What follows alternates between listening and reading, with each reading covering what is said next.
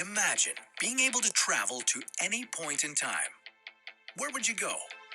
And what would you do? You could witness some of the greatest moments in history. That's gotta be Kane!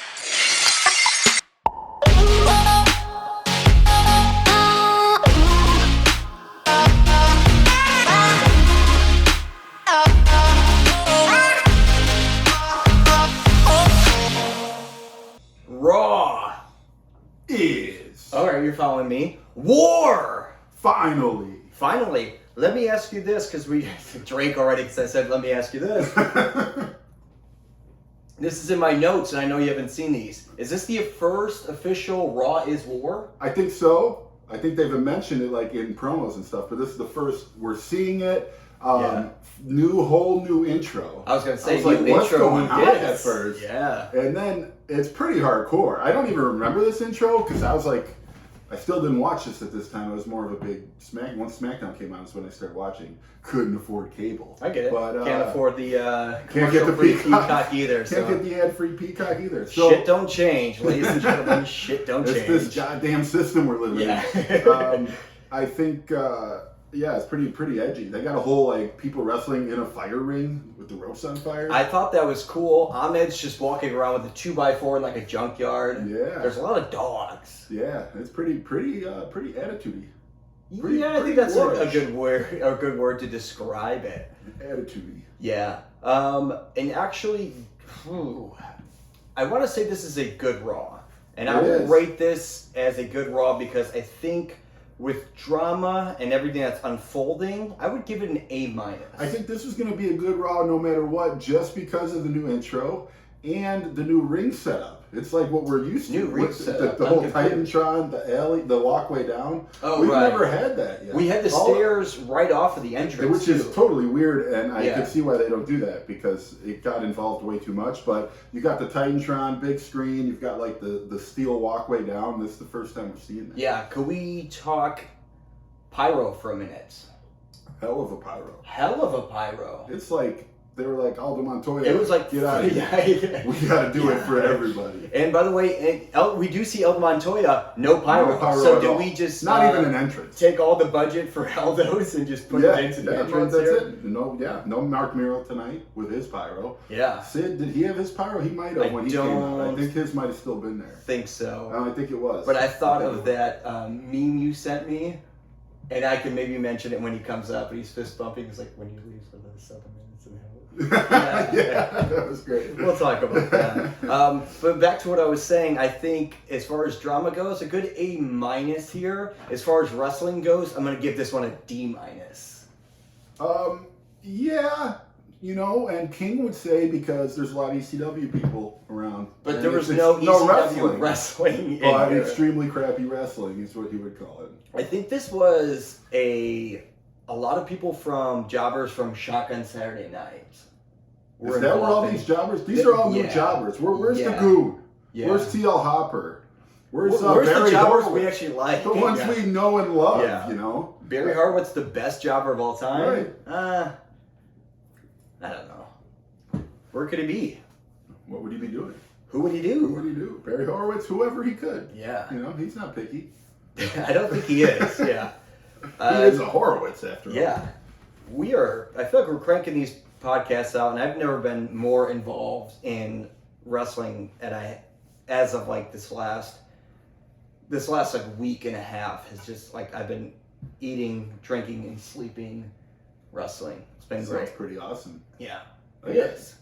Good for you. Yeah. First time we're having Coors, I believe, on the... Yeah, the mountains are blue. It's cold, ladies and gentlemen. It's snowing here in the Midwest. Wherever we live. I'm pretty sure if you just put the episodes together, you could find my address very easily. Yeah. Probably shouldn't have said that, but go back. Well, you got to be able to read lips on the one. You bleeped out pretty significantly. I did not on the podcast. Just on YouTube. Okay. Well, guys, come visit us. Next podcast, we'll have you on. I'll let you know what we're doing. Yeah. And that's something, too, we got coming up, Wrestlemania. We're going to do something big for that. We're trying to figure out. Yeah, we got Wrestlemania like what? We got one more Raw until Wrestlemania? One more Raw after this, then Wrestlemania 13. And I will tell you, we started this podcast in May of last year. I think it was end of April last year. Okay.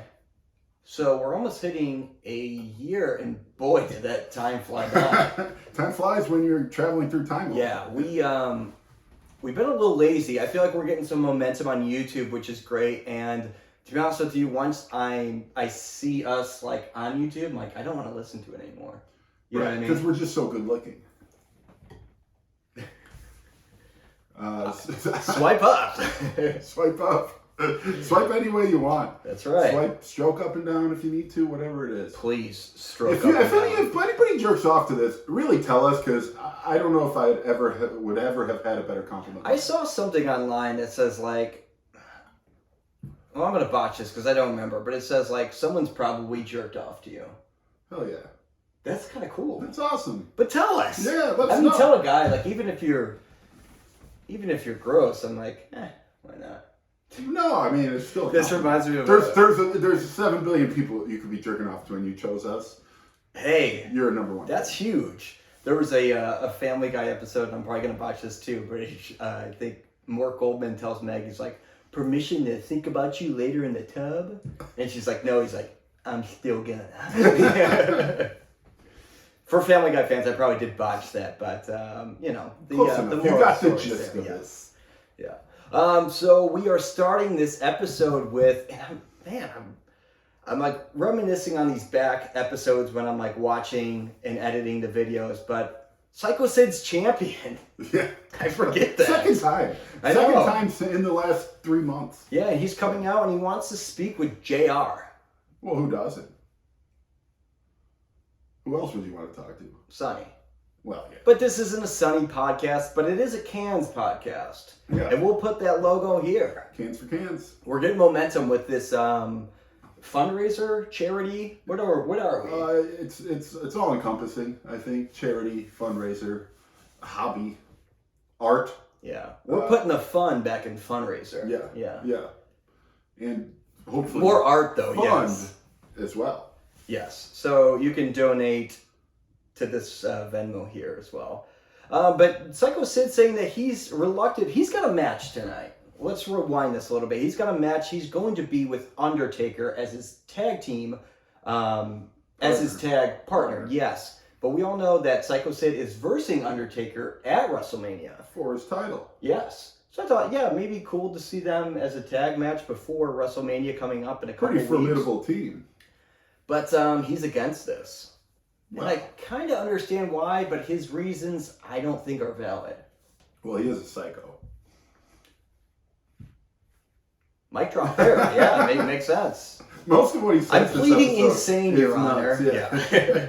So he's saying he's reluctant to fight Undertaker due to the potential trap of Paul Bearer. Paul Bearer hasn't been with Undertaker for how long? I don't know what he's talking about, but it is against Paul Bearer's team, Mankind. And Okay, so maybe he thinks anything can happen here in the World Wrestling Federation. We've been you told might have heard multiple that times. somewhere sometime. Yes. So tells Undertaker to Jim Ross that the Undertaker should stay in the cemetery because after WrestleMania, that's where he's gonna be permanently. And insert dong. Undertaker comes out. Yeah. And they get in a heated exchange here. I like, and then maybe because we're nowadays where we don't really get to hear Undertaker on the mic, I like just when he's got kind of, not like a lengthy, he talks for a while, more than what he's used A lot to. of talking in this episode. Words are hard today. A ton of back and forth talking, interviews. Probably 60% of the whole episode is this. It is, Yeah. which, like I said, wrestling's close to like a D+, and the talking's more like an A-. Fair. But Undertaker's saying, if you're scared, just say you're scared. And I kind of like that. But he's saying that he will fight Vader and Mankind by himself. It's like, you got the WWE title, just chill out till WrestleMania. I'll handle these guys myself. Total badass. Almost like an American badass, if you will. Yeah. Definitely not foreshadowing there. No. But then during Undertaker's promo, man, I rewatched this beginning today because I needed to catch up, and I was dying because like Undertaker's like, if you're scared, and you hear, oh yeah, and it's Paul Bearer, and it's just so great. He's coming out, and then I'm like, already like this is a great intro. to this episode. But long and the short, Paul Bearer says that they're scared to face the future tag team champions, which are Vader and Mankind. Which I think this is the first time we hear they will be challenging for the tag titles at WrestleMania. So let's flash back to Berlin. Didn't Vader get an IC match? He did. And then didn't Mankind face Sycho Sid for the title? He Because did. then we got they lost 2 of the titles, so they should probably get the tag team championships. Well, of course. That's the only nice logical answer. Yeah, but we can't follow the logic of Undertaker winning. Like, he already lost 5 in a row. He's got to win one. So time will tell. But right after that, Vader and Mankind attack Sycho Sid and Undertaker in the ring. Yeah, and Sycho Sid accidentally... Well, Vader hits Undertaker. Undertaker thinks it was Sycho Sid, and then they kind of get in an argument. So, really not going to be good for the team. We see this a lot. Right, especially with Sycho Sid. This whole thing happened with Shawn Michaels. Yeah, we've seen this a lot. So the IC champion, Rocky Maivia. This is the first time, I think we've seen The Rock or Rocky Maivia 3 times. In the last 3 times, he's had to put up his belt. Yeah, this one's not, though. This one is not. This is a jobber match. I think before In Your House, at In Your House, and then the Monday after In Your House. Right. What's his jobber's name? Tony Rua, but it's spelled Roy, but it's pronounced Rua. Ooh, he must be French-Canadian. Probably. He is also on Shotgun Saturday Night, which is a trend. So I think they're getting these guys a little bit into... What's the angle here? I don't know. They're just trying to promote Shotgun. This is a lot of promotion for Shotgun. There is a lot of different promos for that. So maybe they're just getting people familiar with these guys, but they're all jobbers. And they want people to watch. Sure. Mid-match, we get to see the Iron Sheik and Bob Backlund. Our boy. They come out with the Sultan, and they say that they're coming for The Rock in his title. Right, and so that means at WrestleMania, we got the Sultan versus The Rock, Intercontinental Championship. Nice. I'm here for it. Because has the Sultan been beat? Do you know this? Yeah, I think so. Didn't Goldust beat him when Marlena showed her cans? Cans. Cans for cans.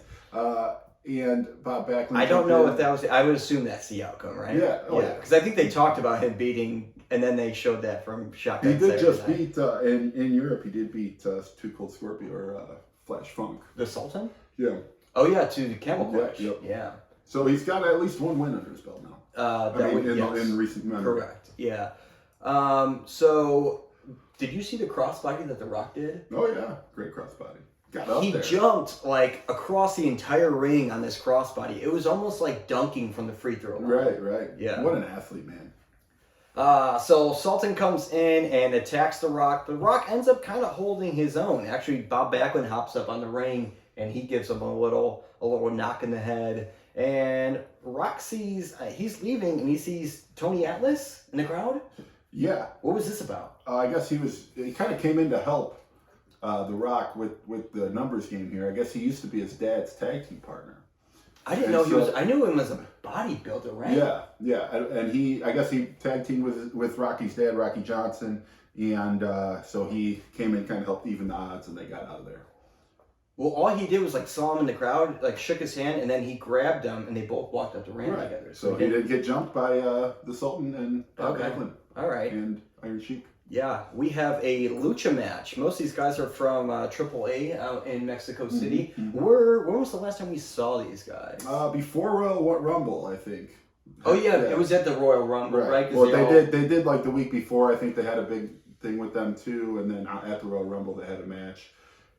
Heavy Metal, I think, was your favorite guy. I think he's in this one too. Yeah, I actually like Latin Lover too. Latin Lover? Yeah. Okay. I thought he was pretty talented. But that was also in San Antonio, right? Is that where the Royal Rumble was? Yeah, so where was this Raw at? Anyways, I don't know. I feel like it was out east. I thought so. No, Philly, right? Yeah. Was that in Philly? Yeah, no, that last one was in, maybe it's somewhere out there. Okay. On we'll say East Coast for this one, sure. Do we want... Yeah, let's talk about this match. So, it's Lucha a guys... literal job, Robert. That's what we do here on this podcast. Yeah. We can't cut corners. I know it. You always tell me we can't cut corners. So we got Heavy Metal, Pentagon, Baroth I don't remember. versus Hector Garza, Latin Lover, and Octagon. It's funny that a guy named Pentagon is versing a guy named Octagon. They're not tag team champions. They look the same, but I think one's like white and the other one red. Well, it would be 5 sides versus 8 sides. Oh, I'm going to go with the guy with more sides, right? More sides is better, I think. Is it? I would think so. Or is it just too much? It could get Maybe get he unwieldy, was all, I guess. yeah. But we see China in the crowd. China. And a little bit of attention is drawn to her once they see her. Right, they don't want her anywhere near the crowd because she's been interfering in matches with Marlena. So Right. she gets escorted out. Escorted. Out of the building. Security comes and grabs her. And it said later during this match that she was actually arrested. Wow. She didn't even do anything. I know. Maybe they must have a restraining order or something on her. Oh, like remember when we went to that Raw and Rusev got arrested by the Chicago PD? Yeah, when we weren't even in Chicago. Yeah, we were at the Rosemount, and Chicago PD came all the way from Chicago. So stupid. They really wanted him. He was like on America's Most Wanted, I think. This might be the highlight of the Raw, and I know it wasn't for many, but ladies and gentlemen, I reintroduce you to one of our favorite wrestlers, Brian fucking Pillman, ladies and gentlemen. The loose cannon. He is back. Finally, he's back. And I don't even want to talk about this promo because I'll just give you the notes. But his mic skills on this, Top notch. boom! Top Yes. Throw me a ball real quick. Well, not a real one, but oh, you're gonna put it in the thing. I'm gonna hit a home run with that. Whoa. This guy is a work of art, man. So he's saying that he's going to be on Shotgun Saturday nights. Where he'll be uncensored. Right, because which that's I'm all about. the only way he could be on TV if Right. he's on Shotgun Saturday night. Pretty pumped. I don't, like I said, I didn't want to tell you the notes for this, but he says some like awesome stuff. Pretty good shotgun material. Yeah, he says that like he's the ammo for the shotgun. It was great. I don't want to ruin it for him. But Garza does a pretty cool 360 crossbody outside the ring, but Heavy Metal does an armbar roll up for the win. And we are moving on to kind of more jobber matches. A lot of jobber matches today, guys. Yeah. What's the next one? Ahmed Johnson versus Roy Raymond. Another guy named Roy. I'm not even going to look these guys up. I'm just going to put Ahmed Johnson there. Like, really. Roy attacks Ahmed, and shortly after, Nation of Domination comes out. I like how, like, Ahmed's wrestling, and the Nation are like, and Farouk is gonna rape your mama, and then they're singing this whole song. They're going on, and the match is like still going on. He's like, and Farouk and the Nation are dominant, and then they're just standing there, and then the match goes on for like probably a minute and a half, and they just sit there and wait. Pearl River plunge for the win, obviously, right. And then Farouk's like, "Hey, Uncle Tom," like. If you're going to interrupt them, then just keep talking. Like, right. Why'd they wait? Yeah, because I'm like... Bob Backlund kept going throughout the Rock's whole match. Yes, that's what I appreciate about him. But it's like Pearl River Plunge, and he's still like... Ahmed did a scissor kick in this match. Wow. Yeah. Wow. And I'm like, just Pearl River Plunge for the win. Like, these guys are waiting here. Yeah, so Farouk is calling Ahmed and Uncle Tom. Did you remember this promo? Yeah, well... I hope you had, I didn't have my subtitles on, so I didn't understand most of what Ahmed said. But he, I guess what the whole match they're going to have at WrestleMania, which I'm kind of excited for, I think it'll be good, is a Chicago street fight. I like it. So should be some good spots there. But he says that he's going to have the whole city of Chicago on his side. So you bring your boys, I'm going to bring my boys, and then you hear the Legion of Doom's music hit. Yes. And they come out through the crowd. Can I rewind you a little bit? Because there are some notes I have in this thing. So Farouk is talking, and the crowd's chanting Ahmed, and then Ahmed says, Farouk, he said, you overdressed something. And he goes, and you, jailbird, you're you know what? I ain't going to say it. And then Vince goes, hey now. What was he going to say? I don't know. He goes, he calls him a jailbird, and he goes, and like bites his tongue. Was he gonna call him a cracker or something? I don't know. I don't know what, like, I mean, He's like, anything's supposed to be able to happen here in the WWF. It's like, whoa, hey now. Later in the episode, getting ahead of ourselves, but when King says something to the ECW guys about, you're just trying to get a cheap pop, and you like have barbed wire on your back, Vince goes, oh my word. Just like that's just a crazy thing to say. No, that happens. Yeah. So Ahmed says that, he's bringing the two baddest guys and the whole city of Chicago, and you hear, "Ooh, what a rush!" And LOD comes out through the crowd. Right, and they got his back apparently. They do. They got spiky shoulder pads, so they might be able to hold up. Yeah, it's cool to see. Just the Legion of Doom, the Road Warriors in the ring, and I'm like at an all-time high, and then Hawk gets the mic, and I'm like, all right, they're going to talk on the mic, and this is terrible.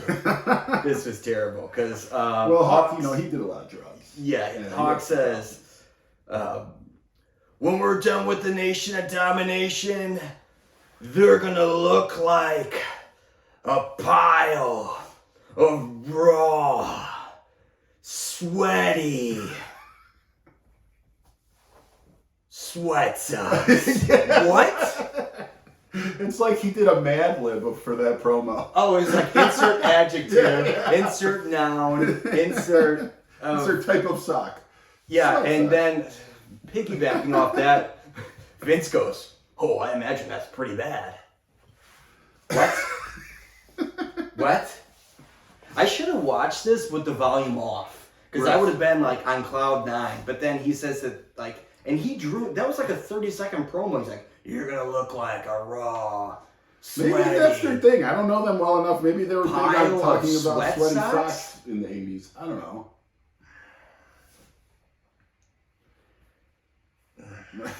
I don't know, man. It just was. But the great Animal takes the mic, I think, right after that, and he, in my opinion, saves his promo because he's like, these people love LOD, these people love Ahmed. They're gonna tune into wrestling, and they start chanting LOD at this, and finally gets the crowd back hyped. And then Ahmed says, "All of a sudden, you guys are looking scared. Even the black guys are turning white." And then he starts Thank God Hawk didn't say that one. Yeah. Well, I said it, but I was quoting on it. Yeah. And then we get a "you're going down," or, as we like to say, that "Ik maak de vertik." Ik maak de vertik. So yeah, the crowd chants that, and we're back to being hype. Back to being hype. I feel like that, I feel like Hawk really botched that promo with the sweaty socks comment, man. Hopefully they get better, because there are some good promos in here that we haven't like seen this much talking, if you will. Yeah. But our next match, we get Owen Hart and Bulldog. Tag champs. And as soon as they come out, they're feeling good, looking good, and then JR is at the top of the Titantron and just starts an interview with them. Right. How inconsiderate is that? I feel like I'm going to shit on this entire Raw. You know, it's good. Like, all I am is critiquing it. It's just silly, I think, for the most part. It is, and he's like, basically, he's stirring the pot, right? He's saying, "Owen, are you jealous that he won the European title?" And Owen's like, "No, we got a match to do." He goes, "But you gave him a dirty look after." And he's like, "We got a match to do." Shut up, let us get to our match. I know. And it's a tough match. It's against none other than the new Blackjacks. Blackjacks. We were wondering if it was the new. Is there an old Blackjacks? We can't talk about them on air. New Blackjacks. Blackjack Bradshaw. Blackjack Wyndham? Yeah, I wonder how they are in the mic. We get to see them on the mic, actually, as a matter of fact. JBL's on the mic, and, he's kind of being a little bit of a heel, but kind of paying homage to these guys, right? He's saying that they're the new hot tag team in the company, and he's basically saying, hey, I tip my hat to British Bulldog. He's got 2 belts right now, but they're going to take it from him. And he calls Owen a sorry son of a, and then he's cut off by the stalker, or Blackjack Wyndham. Blackjack Wyndham, and he goes, "You know what, Owen?" I forget what the beginning of this, but he goes, You got a real pretty mouth. Yeah, that was weird. Yeah, so what is their thing? Are they like kind of gay but cool? Like they're delivering style hillbillies. I think it's like, are you Westerners or are you hillbillies? Like, because we already got the Godwins, which are hillbillies, and we already got the Gunn brothers, which are Western guys. Are they just a hybrid? They're a hybrid of the two, I guess. Yeah, we needed that. Yeah. And this is where my notes end. So I know you took over. So I know. So the way this match kind of goes, there's obviously some animosity between Bulldog and Owen, but actually, crazy enough, the Blackjacks get the win here. They do. Yeah. This wasn't a title match. Right. It was just kind of just a warm-up match, but I guess. Clean win, am I right? Clean win. Okay. Yeah. Which is weird. I mean, it's clean and it was just kind of like a fluke win, like, gets like a quick roll-up and that's how it ended. Right. But they're still upset with each other after that, and so you never know. I'm sure this does not bode well. I got to think that they can't have anything like that happen against Vader and Mankind at WrestleMania if they want to keep their belts. Right. Next, then they're kind of just talking, King and JR and Vince, and you see Taz from ECW trying to get at King. He's being restrained by one of... Is this the interview with Taz This is backstage? not yet an interview. Okay. So there's supposed to be a big debate between Paul Heyman and King later on. And this is Taz trying to get to King already. One of his Team Taz, like cheerleader guys, is holding him back. Eventually King gets up and they start like choking each other. And then Sabu comes out of nowhere and jumps off the turnbuckle. They move out of the way and he crashes through a table. And like is pretty badly hurt.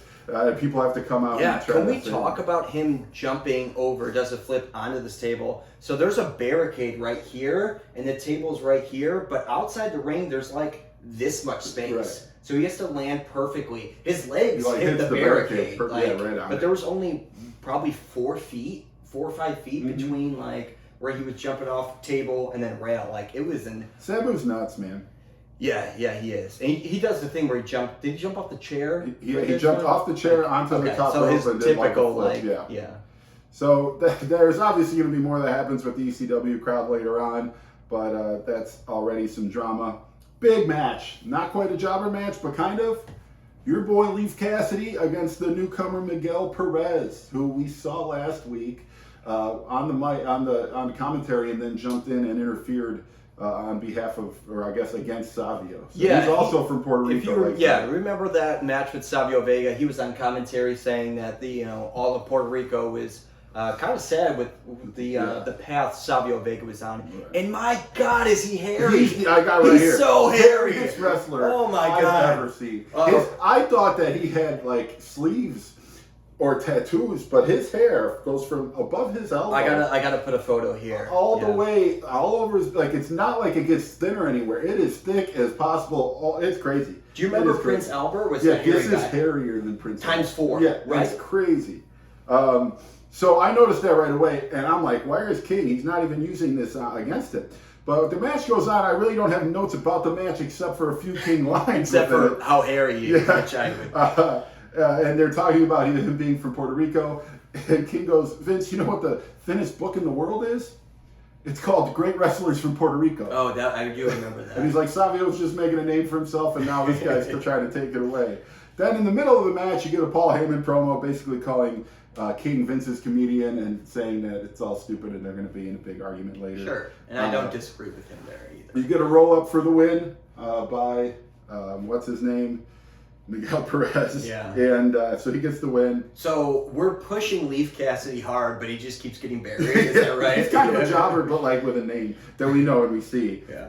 And he's a great wrestler, man. I do think he's a good wrestler. Vince says something about him being the pride of Puerto Rico, and King goes, he's the pride of Puerto Rico? I got one word for Perez. Norelco. Oh, is that like the blade? Like okay, yeah. So he did finally mention the hair right at the end. I feel like is that low-bearing fruit at that point? It is, but like you gotta say it. It's crazy. I mean, I know he had no, like, I know he wasn't, he's not like, yo, please, I want to be the hairiest wrestler ever, but. He's like, hey, I'll wrestle, but King can't talk about it. Right. Get a Sid promo about having to defend his belt. So they just announced this in the middle of the Raw. Sid's going to have to defend his championship next week on Raw in a steel cage against Bret Hart. This is huge. I don't know. Looking forward to this. I'm pumped for it. The way things are going, I'm thinking Bret might win, but I don't know now. Like, I don't think the whole Sid versus Undertaker holds any weight if it's not for the title. Like, I'm not really excited for it otherwise. But maybe they're thinking that can't be the championship, like the main event of WrestleMania. I would agree. I was drinking earlier. I gotta break the seal. I'm sorry. It took you long enough. I know. It's pretty good for you. Yeah. Try sitting on this side. You can't get out. I don't know how you would ever do it. So we get, as it goes into the second hour of the episode, and they show that cool intro again. It gets a huge pop from the crowd. So they're really hammering that down. Must have spent a lot of money on making that work. And we get a Ken Shamrock in the ring. So he's back in the ring this time, interviewing with JR. And JR announces that Ken Shamrock is going to be the special referee for Bret versus Stone Cold in a submission match at WrestleMania. So that's big news. Kind of just throwing this guy in there to be the special referee. I think this is where these special referee things kind of start to happen. Stone Cold interrupts it via the big screen on the Jumbotron. Pretty good promo, actually. He's threatening Bret, threatening Shamrock. He actually like messes up at one point. He just goes, ah! He just looks back at the camera. Is this Stone Cold? Yeah. And I thought this promo was great. it was really good. It was really great. good. He basically says, I ain't no Bret Hart fan, but I hope he wins next week so I get a title shot at WrestleMania. Yeah. And he does a good line where he's like, I don't know how Bret's getting all these title shots for no reason, you know? Which is a good point. Have a point. Yeah. Just to make him happy, I guess. Ken Shamrock kind of reminded me of a Bret Hart promo. Yeah, it wasn't bad. So it wasn't, kind of but it was good. You look at Bret Hart like he's a great wrestler and he's been doing it his whole life. And this is Ken Shamrock's first try. It was the same level of Bret Hart's on mic skills, right? Right. So even I think Ken Shamrock's like, Sean. Ken Shamrock talks a little faster, a little less raspy, I think. But he and he's American, so he doesn't say sorry. Sorry. Yeah. Well, sorry. But yeah, so he gets threatened by Stone Cold, and he's like, "Bring it! I'm not dressed to wrestle, but bring it." And then Bret Hart comes out. It's a little bit delayed because we got Stone Cold on the Jumbotron, and he's talking, and when he mentions the street clothes, like 5 seconds go by, he's like, "I don't care what you're wearing." So it's like a little delayed. Yeah. Bret Hart's music hits, and then Stone Cold's still talking, and then he does like the Bret Hart's music's playing, but it's like 5 seconds behind. And Stone Cold did say that was his favorite wrestling music recently. Well, Bret Hart's? Yeah, it's Bret Hart's entrance. Man, maybe we're underestimating this. I really don't think it's that good. I was listening to I would it. agree I was like, with you. It's just yeah, it's kind of okay guitar, but it's like, I don't know, nothing special. Not as iconic. Maybe we're just not. I think maybe because he's an iconic wrestler. I don't know. Let us know in the comments. People have mentioned that when we talked about doing this best music of all or best entrance of all time. We've talked about this. Don't get it. But I'm with you. So let us know what makes it so good. You know what I mean? And trust me, I was Bret Hart for 14 hours in the AEW match. So I get it, but I don't get it. You know what I mean? Right. Bret comes out, does a real classic Bret promo. Actually has a little more feeling behind this one, I think. I think this is his best. Yeah. And if you guys are going to watch this, it is season 5, episode 10. So feel free to watch this, and I have a fun drinking game for you. And I wish we watched this together and I had this bit of knowledge. But drink every time Bret Hart says the word screwed. Yeah. That is 27 times. 27 times. Yeah, that's all he's talking about this whole time is how he's gotten screwed by everybody, and that's why he's getting his title shot next week, and he did it. It's a butthurt promo. Right, he kind of whined about it is what he's saying, and that's how he got it. He didn't do himself any justice. No, he looks worse. And the crowd wants to say that I'm a baby because I was screwed out of this. Well, I was screwed. I was screwed by Vince. I was screwed by this. I was screwed by that. And Ken Shamrock, if you want to screw me, I'll screw you, and we can screw together in a screw competition, and we can all get screwed. That's basically that was pretty good. That was better than the promo, actually. Then Stone Cold. Still less screweds were mentioned in my promo than his. Stone Cold's music hits, and he comes out. Crowd goes nuts, Flipping the bird. and then he just walks back. He just comes out. They were short on time. Yeah. Yes. So what's right after that? It's something just not even like. Yeah, Honky Tonk Man comes out. Yes. So it's just like Stone Cold comes out. We're like, oh shit, what's gonna go down? He just gives the bird, and it's just like, all right, we gotta move on. Yeah. Honky Tonk Man, come out. And he comes out and he nothing. starts talking shit about. They're in Worcester, Massachusetts. He keeps So calling it Worcester. we're in Massachusetts. Yes. So we are on the East Coast. Yes. He says Worcester, and he keeps saying Worcester. Last time I played Worcester, you guys didn't appreciate me. And Aldo Montoya's in the ring this whole time. No pyro. No pyro. And obviously, he's going to be in a match. Honky Tonk goes back on commentary, and Billy Gunn back, looking good, looking great. Yes. You know what? Every time I see Billy Gunn, I think of Billy Gunn now in AEW. And actually, I might do this comparison here. This is Billy Gunn now in '97. Looks great. And then this is him 25 years later. Yes. I had to do the math, but I know we're doing the 25 years thing. And this is him 25 years later in AEW. God, steroids are just great. Yeah. Don't get off. What's the key? Just don't get off them? No side effects? No, You yeah, just gotta keep partying. it? Gotta keep partying, man. I think you can't drink on them. Probably. Yeah. I mean, he doesn't look like Bad drinks. for He's your, very, very bad fit. for your liver. Yeah, but he looks like he's a just complete specimen. So the match goes on, another kind of jobber match, but in the middle of it, we get a Sunny interview. Yes. And she's great as always. Fuck it, I'll sing it. I know you want me. I know that you want my love. And what is she? She's again promoting Shotgun Saturday Night. We need to watch. I know. this. She's like, I think Billy Gunn's gonna love it. Everybody's gonna love it when they see what I got in store. She said it's Under the Covers with Sunny. We need to watch it. Follow Me Elmo might be there. She didn't specifically mention him, but I can definitely tell their whole story's not over with. Well, can we, if you were the Fondle Me Elmo guy in the costume, either we'll do an RIP to you, or just please get on the podcast and just talk me through that or something. I looked up about, we talked a couple episodes ago about the black guy meme with the giant wiener. We did. And he died. Yes. He did die. I looked that up. Uh-huh. He could have been Fondle Me Elmo, though. It's my new theory. So was Ahmed. They called him Wood. They called him. That was his nickname, Wood. In that episode, you did mention that we need to resurface this. So I'm glad you. I just did. I was thinking about Googling something about that and maybe sending it over to you, but I'm glad you're doing your homework, Tom. Right. Untold Story. We're not cutting corners You can look this anymore. up. It's on, I forget what the publication is. I think it's on Vice.com. The Untold Story of Wood, the well-endowed man from those coronavirus texts. And his full name was... But he was before the coronavirus Wardy Joubert III. Wardy Joubert III. Seemed like a great guy. I have a good story for this. I don't know if you know our friend Jonathan. GJ? GB's friend, Yeah, Jonathan. of course, Yes. Best word to describe him, and you might as well drink for this one, flamboyant. Yeah. Right. Very.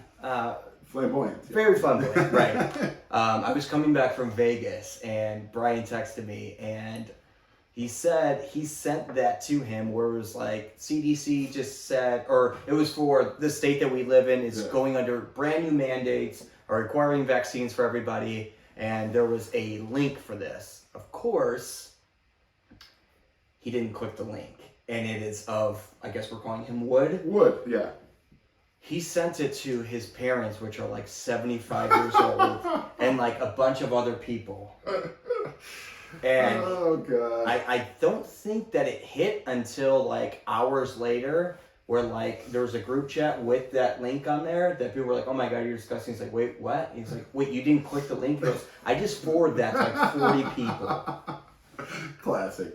Always read what people send you guys. Yeah. GB called me later that day and was like, he's like, you can't even make this stuff up. Like, but that's so him. Awesome.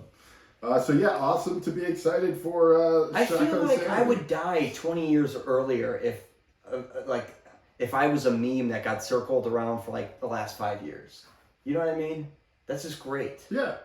I could just be up in heaven or hell and you just say knowing you lived as long as the last person to remember you. He's gonna live forever. That's a valid point right, there. Right.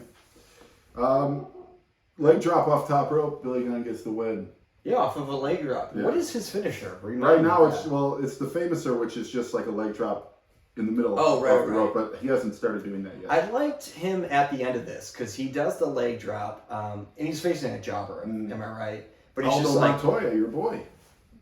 not really a jobber. Right. Well, yeah, he is. But he's never not jobber. Yes. Okay. He's jobber status, but like if they're gonna push anybody, it's probably him. Right. Right. I mean, he almost banged Sonny. Is he really a jobber? Right. I mean, in life he's not, but in this, yeah. But Billy Gunn's just like has this new like energy there. He's just like, who won? Oh, is that me? Am I number one? Good. And you notice the new vest for him? Yeah. It's not all black because they gave that to new blackjacks. But it's got like a little bit of like gray and like it almost looks like marble, really. Yeah. I like this. I like this. I'm just glad that he's alive. Yeah, he's after that Bart Gunn incident. Thank God. We get a Mankind interview. Paul Bearer is there, and Mankind just says a bunch of weird shit. Punches himself in the head a bunch. Can we talk about? And he runs out of time and gets cut off, and it goes straight. Oh, it was a good promo too. Yeah. It was a great, and then he just pushed it to commercial, wasn't anything else. He was in the middle of a sentence, and but I will tell you what he did say. He says, "Uncle Paul." I don't know if these are the exact quote, but he goes, I don't even want to say it because it's probably not the quote. He doesn't need mommy anymore. He said he doesn't need the urn or mommy anymore. Oh, yeah, he says, I don't need the urn or mommy. And mommy was Marlena? I don't know. Can we look this up? It was a mannequin head I thought that he was petting. No, that was El Snow's mannequin. That was Lee Cassidy's mannequin head. I don't know. I don't know. Speaking of, though, we get a Goldust match. Yes. Against another jobber, Kenny McGeady. Okay, so we're at what? 11 jobbers? The only jobber matches besides the tag match. Okay. And right as the match starts, Chyna and Triple H come out. So he went and got her out of jail. Well, I think King says, King says, well, when he got as much money as Hunter Hearst Helmsley, he can bail anybody out of jail. And so they're standing at the top of the ramp.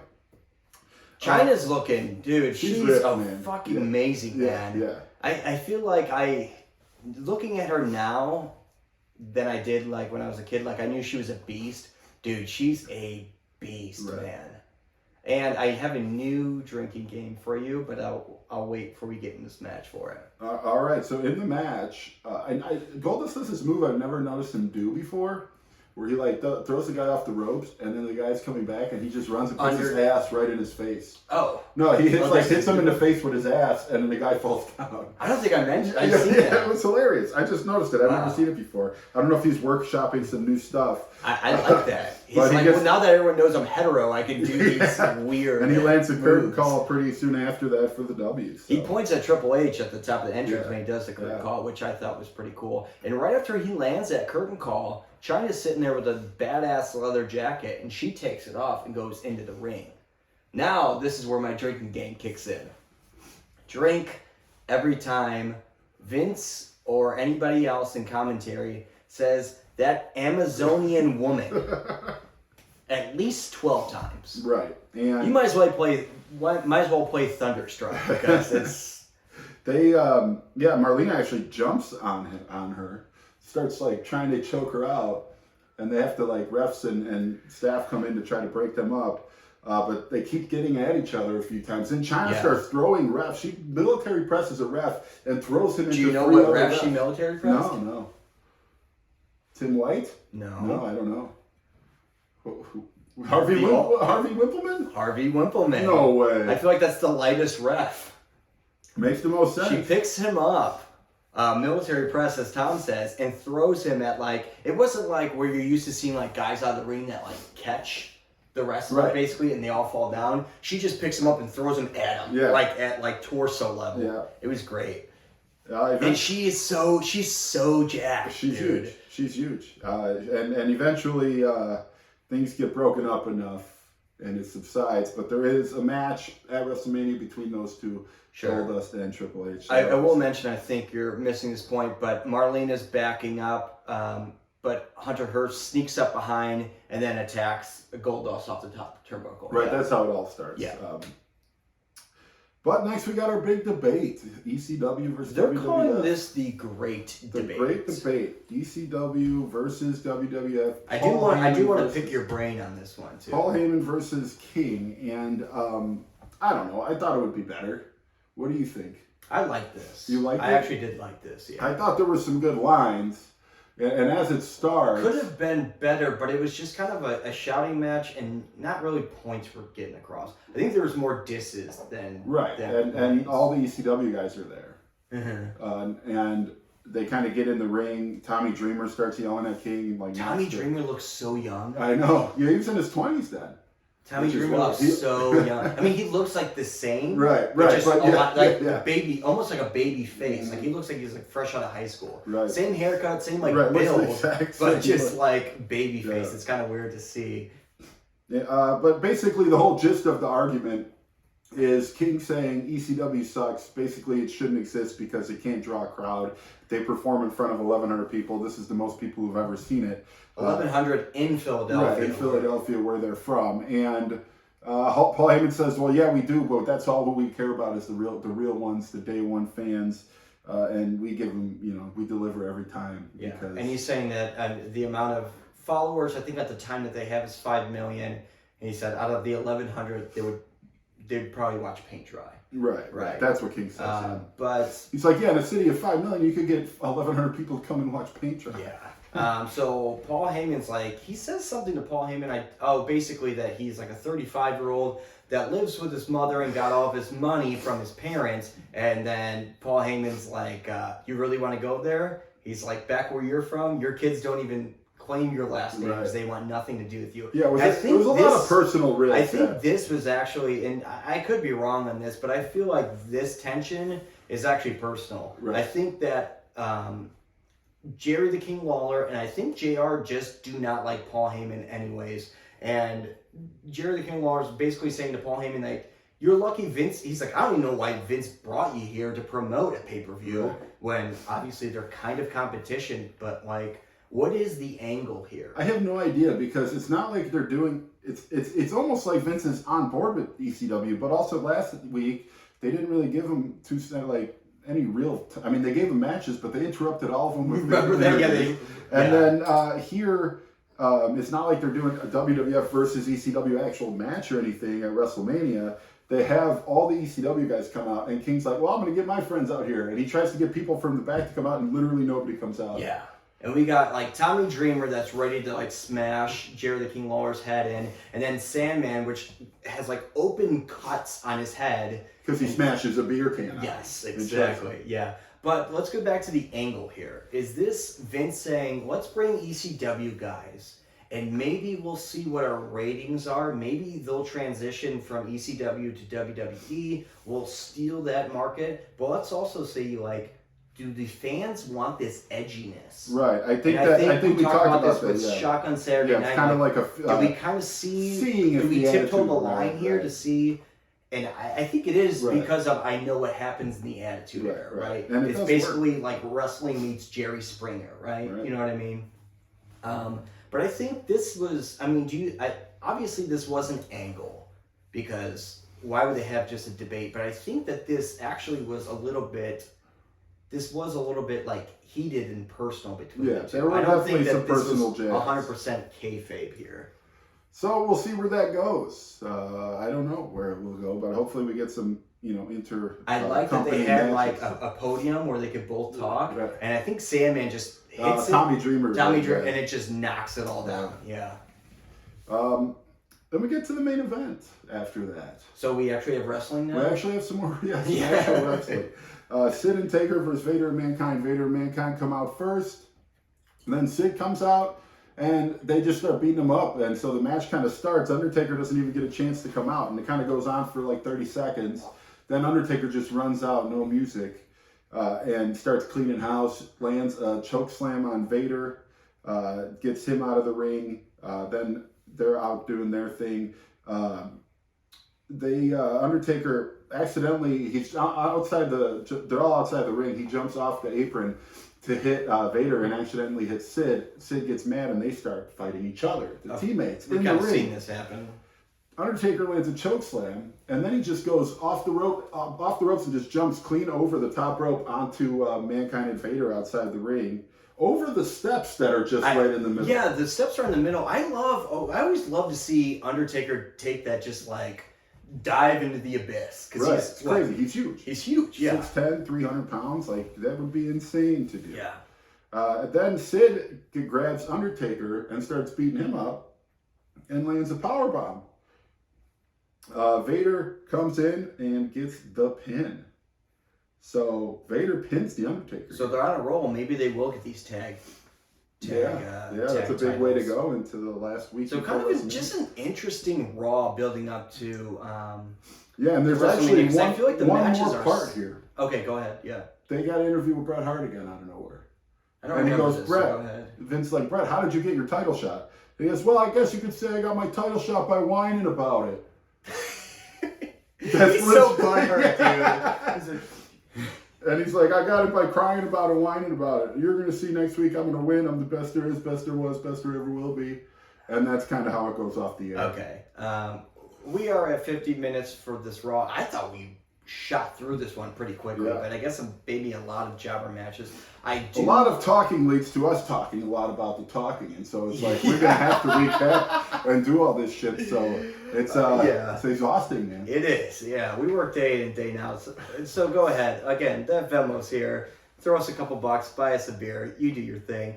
I do want to talk about this because this can happen, like there's so many angles that this can happen because we know that Sycho Sid is going to verse Undertaker here at WrestleMania, but Bret Hart, the next Raw, has a cage match for the title. Right, and they did say if he wins, then the Stone Cold Bret match becomes the title. So they did say that. Okay, well, right.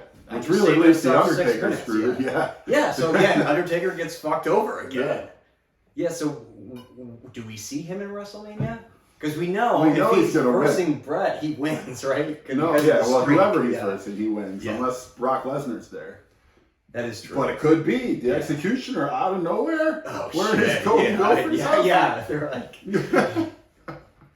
I don't know. I'm hoping Sid wins now this cage match. So because I know that Bret Hart Stone Cold's going to be good no matter what.